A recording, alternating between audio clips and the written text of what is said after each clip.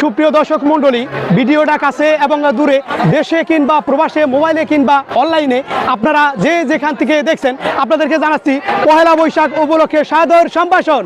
সুপ্রিয় দর্শক বন্ধুরা, আপনারা জেনে থাকবেন যে আমরা আন্দারিজার থেকে যে যাত্রা করেছিলাম, আমাদের মাননীয় চেয়ারম্যান মহোদয় আমাদের যে ব্যবস্থা করে দিয়েছিলেন, আমাদের ঘোড়ার গাড়ি অনেকগুলো ব্যবস্থা করে দিয়েছে। আমরা ঘোড়া গাড়ি চড়ে কিন্তু আমরা চলে আসছিলাম আমাদের সেই বুরুঙ্গামারি জেলা পরিষদে।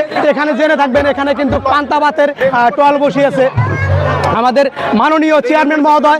এখানে কিন্তু পান্তা ভাত খাইলেন।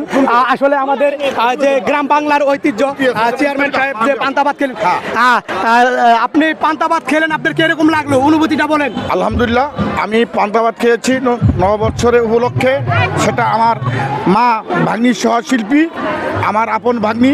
আমরা পান্তা দিয়ে, কাঁচামরিচ, শুকনি ভর্তা, পেঁয়াজ দিয়ে আমরা ঐতিহাসিক আমাদের বাপদাদার সদ্য গোষ্ঠীর যে খানা, সেটা আজকে ইনশাল্লাহ আমি ভোগ করেছি। আমার ইউনিয়নবাসী পক্ষ থেকে সবাইকে ধন্যবাদ জানাচ্ছি।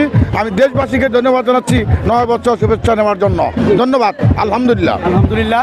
যাই হোক দর্শক মণ্ডলী, আসলে আপনারা জেনে থাকবেন আমাদের সেই গ্রাম বাংলার ঐতিহ্য।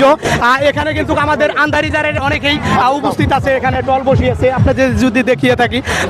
আসলে আমরা সেই বৈশাখের প্রথম দিনটা যেন আমরা সকলে মিলে ভাগাভাগি করে নিতে আমরা চলে আসছিলাম আমাদের সেই বুরুঙ্গাবাড়ি জেলা পরিষদে। এখানে দেখে থাকবেন ছোট ছোট বাচ্চারাও চলে আসছে।